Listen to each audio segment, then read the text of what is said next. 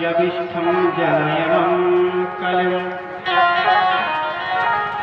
भगवान ने लगभग कृत्वा दैत्य पदम कृष्ण, भगवान कृष्ण ने लगभग सभी दैत्यों का वध कर दिया था।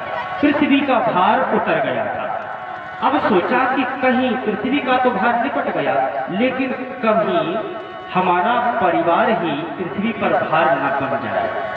इस विषय में सोच करके एक माया रची। भगवान की कृपा से भगवान के वंशज में शांब आदि बालकों ने एक साड़ी पहनी। साड़ी पहन करके और महाराज ऋषि मुनि जहाँ भजन पूजन कर रहे थे तो वहां पहुंचे।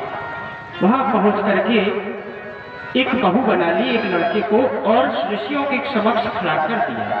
तो कहा, हे ऋषियों, तुम सब कुछ जानते हो, तुमसे कुछ नहीं छिपा है, तो यह बताओ इससे हमारी बहू के क्या होगा। अब महाराज बहू हो तो ठीक है, वह तो बालक था। सो ऋषियों ने देखा योग माया से सो शांत था। सो ऋषि मुनियों ने सोचा अब तो यह ऋषि मुनियों की निंदा करने पर तुले। सो महाराज कहा, हटो तुम लोग, बालक कुछ नहीं जानते हो, जाओ यहाँ से हटो। लेकिन बालक नहीं था। फिर पूछा, कहो ऋषि, क्या तुम इतना नहीं जानते, इतना तप नहीं रहा कि इस बालक के क्या, बहू के क्या होगा। सो कहा, यदि तुम जानना चाहते हो क्या होगा। हाँ कहा, जानना चाहते हैं। तो कहा, इसके वो होगा जो तुम्हारे कुल का नाश कर देगा, जाओ।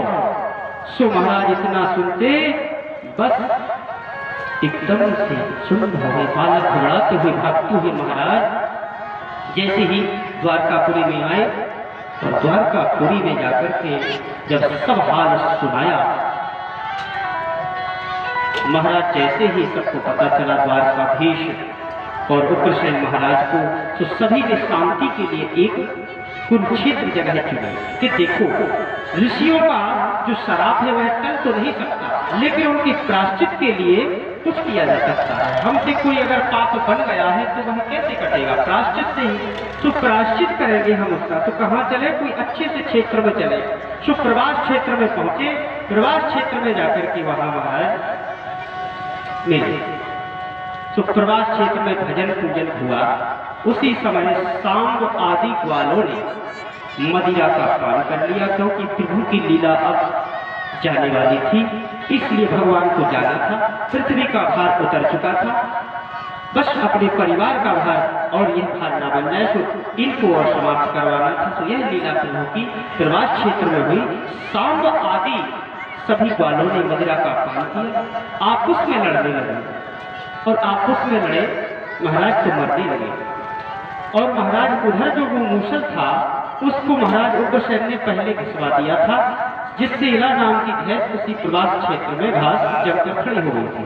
और जो कण बचा था उसे समुद्र में फेंक दिया। उसको मछली ने ले लिया, मछली बाजार में बिची। बाजार में बिचने से जिसने खरीदी उसके यहाँ वो कील निकली, वह कील एक पहेलिये ने ले ली। पहेलिये ने अपने कान पर चढ़ा ली और वह शिकार खेलने के लिए वन में आ गया उसी प्रवास क्षेत्र में।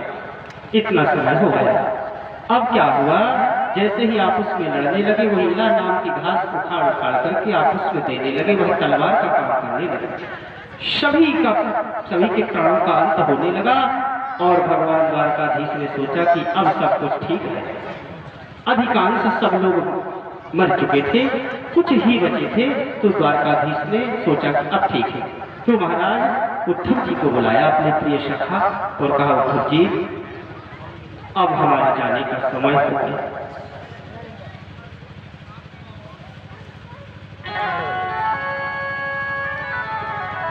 जैसे ही उद्धव जी ने कहा, जब भगवान आते हैं तो सभी को प्रसन्नता आती है। और जब भगवान यहाँ इस धराधाम से वापस जाते हैं तो सभी को बुलाया। आज उद्धव जी रोने लगे। उद्धव जी के नेत्रों से अश्रु की धारा बहने लगी। प्रभु ये क्या कह रहे हो?